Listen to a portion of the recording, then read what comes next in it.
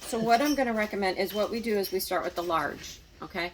And all this is saying is we're doing more and stop. So let me show you what that looks like, okay? So we've got more and stop, okay? We're working on more and stop, okay? Now, if we want to, it helps if I use the glasses that I put on my head. All right. And don't do it upside down. Go to home. Okay. Come back here to the shaping sets. And once she's got that more and stop, we're going to go back to more and stop at medium. Okay, so it's starting to gradually put these where they belong. Like that they didn't have that with the Nova Chat. No, this is new. This is for eye gaze. It is, and it's for this company. And I mean, they didn't always have this even way back. They just in the had day. like this set. And then we go back here to our shaping sets again, and when we go to that more and stop, we go to the small and it says final. Those are the locations where it's going to reside. That's where it lives. So in terms of a goal, in terms of speech therapy, do you think that this can be like one, so if you're doing the large, could that be done in 1 quarter, or is this something that takes It's a week? dependent upon each individual. Okay. And as far as a goal, I never want people to write a goal device specific. Okay. So it's what is your ultimate goal for her? Is it answering questions? Is it making a verbal, and then this is one of the ways she can meet it. Okay. Okay. So it could be sign, it could be verbal, it could be pointing, it could be using the device. Because what if the device is broken?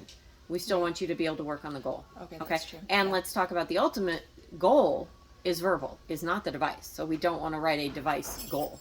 Okay. So we've really gotten away from, been doing this a long time. So back in the day, sometimes we might even, they'll hit the clear button so many times or something like that. I don't care if they hit that, and that's not the ultimate goal. The ultimate goal is communication. Okay. So just stay in your comfort zone of what communication do I want from her. This is just one way to meet it. Make sense? Okay. But as far as how long do you need to stay on that, you could be switching in one session. You could be doing it for a couple weeks. But you said you want to keep it in one place, but that's not keeping it. It is not, and that is a good point. See, you were paying attention. You're not fuzzy.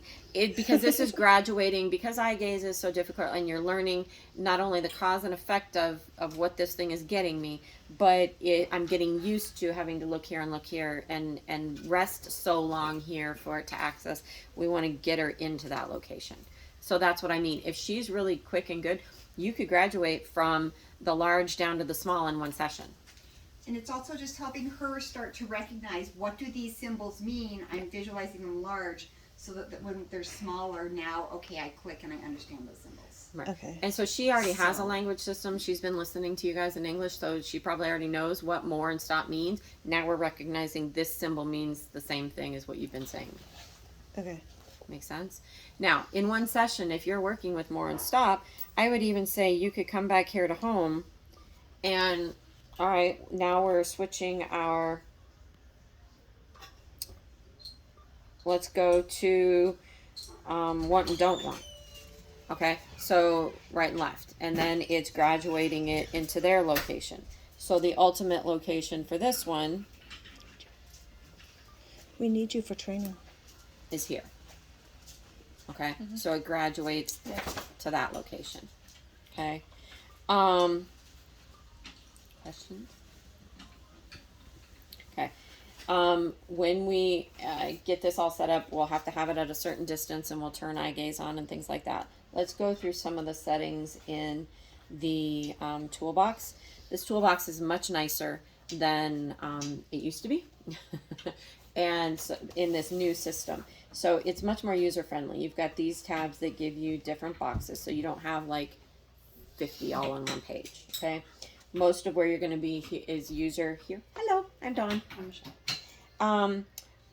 Our access method right now, I have it on touch because if I don't, you guys are going to be accessing with your eyes. Actually, I can pause it. I'll show you that. Is when it we get automatically on the eye gaze? there. Nope, it's automatically on touch. Like, no, is it like built into the system? Yep, right here. Okay. Okay. So if I do this, and let me show you. I have to have it so far.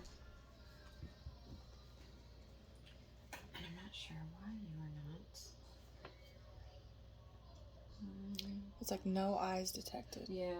She has no eyes. I have no eyes. Okay, what'd you do? That's interesting. I haven't seen that before. Broke it already?